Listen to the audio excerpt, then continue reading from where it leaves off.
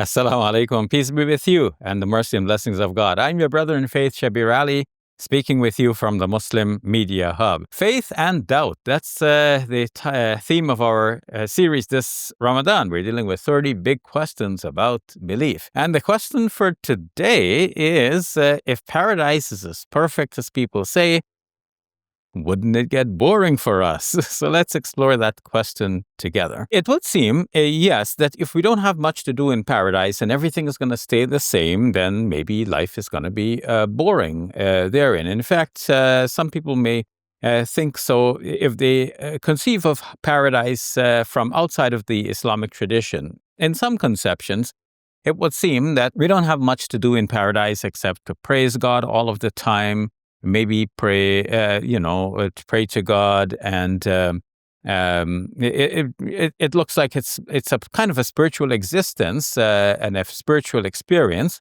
And one can still say that, well, that too will not be boring because one does not get bored with some spiritual things. If one is worshiping God and one is deeply spiritual, then one will continue to delight in the worship of God. It's almost like Muslims praying long hours in the nights of Ramadan. If a Muslim truly is spiritual with God, then yes, the physical body will become tired, but the spirit will continue to be willing to do more and more. And since in the life hereafter we won't have the physical bodies of this world which grow tired, the spirit will continue to delight in communion with God and in prayerful communication with God and gratitude to God and so on. Yes, paradise will not be boring even on that view. But it's interesting to see that in the Islamic view, we have actually some good answers to this puzzling question. For one thing, we see that in the Islamic view, there are lots to do in paradise. There would be eating, there would be drinking, there'll be marital relations, all in paradise, yes. Of course, in paradise, as we said, we won't have the physical bodies of this world, but we will have new realities, a new state of existence that is capable of receiving pleasure and of giving pleasure. It will be a state of existence in which we are capable of receiving much more pleasure than we can in this world. In this world, we have limitations in how much pleasure we can endure. We can eat, and only to a certain extent, even the foods that we love, but there's a limitation on how much of it we can enjoy. We get tired eating the same thing every day. We get tired eating too much of the same thing, and so on. But in paradise, we will have renewed capacities, which will allow us to enjoy more and continuously. The other aspect is that things will be under continuous change and flux, it would seem, in the life in paradise. A hadith in Sahih Muslim mentions that every Friday, the handsomeness and the beauty of the believers will increase. So it's like, you were looking at your spouse and seeing how beautiful your spouse is. But, that beauty may seem to be maybe commonplace after a while. It's like, been there, done that. But what if, every Friday you saw your spouse and you saw that your spouse is more beautiful than they have ever been before? That will increase your joy. And of course, the attraction and this beautification will be both ways. And so the mutual happiness will be enhanced for both. And this will be continuous. There's no limit on this. This will be every Friday. This will be continuous ad infinitum. The food that we eat, this may also be continuously changing in terms of their taste, even though we can describe one as perfect, but it could be changing from one state of perfection to another. In the second chapter of the Quran, we read, كُلَّمَا رُزِقُوا مِنْهَا مِنْ ثَمَرَةٍ رِزْقًا قَالُوا هَذَا الَّذِي رُزِقْنَا مِنْ قَبْلُ. Every time they are given fruits in the life in paradise, they will say, "Oh, this is like what we used to be given previously." وَأُتُوا بِهِ مُتَشَابِهًا. But what they're given is only a kind of a resemblance.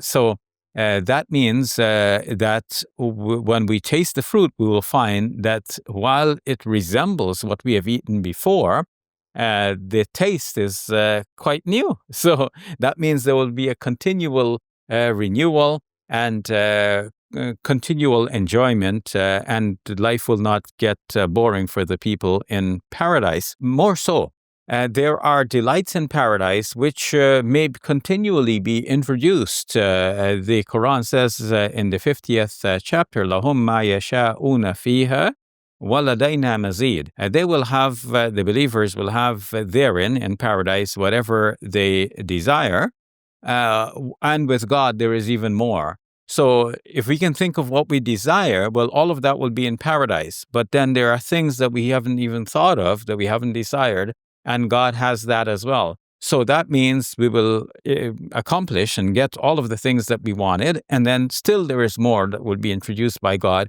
and maybe that more will be introduced continuously. Some commentators on the Quran said that the more indicated in that verse, that is the fact that God will show us himself, and that will be of utmost delight for the believers. And when God expresses his good pleasure with the believers, that too will be a source of great joy.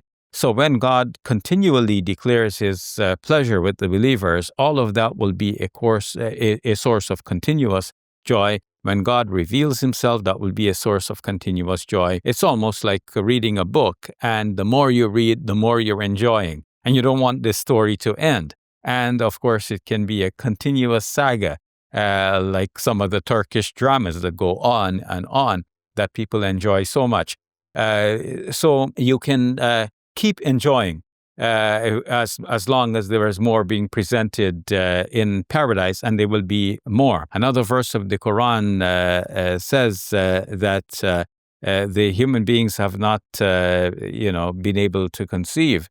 لا تعلم نفس ما أخفي لهم من قرة أعين جزاء بما كانوا يعملون. The believers have not really conceived. No soul has come to know that which God has kept hidden for them of the pleasures that will be there for the believers on account of what they used to do. So God has in store for us things that we can hardly imagine. A hadith elaborating on this is that God said, "A'dattu li abadi," I have prepared for my servants, "ma la aynun ra'at," that which no eye has seen, "wala udhunun sami'at," and no ear has heard about, "wala khatara ala qalbi bashar," no mind of a human being has even conceived of. So there is much more in paradise for us to enjoy and to keep growing in and to keep enjoying, so that life in paradise will never be boring. It'll be a continuous state of complete enjoyment. And we ask God to unite us all, to gather us all together in paradise, and to save us from being anywhere else but in paradise. And by exploring these questions, we hope we're drawing closer and closer to God and closer to paradise. So thank you for joining me. I'm your brother in faith, Shabir Ally, with today's question. And tomorrow, we're going to approach another one of the big questions, and that is, are religious laws meant to be eternal? So join me tomorrow again as we continue with our series, Big Questions About Belief. Peace be with you and the mercy and blessings of God. Assalamu alaikum wa rahmatullahi wa barakatuh. Did you realize that most people have never stepped into a mosque or opened the Quran?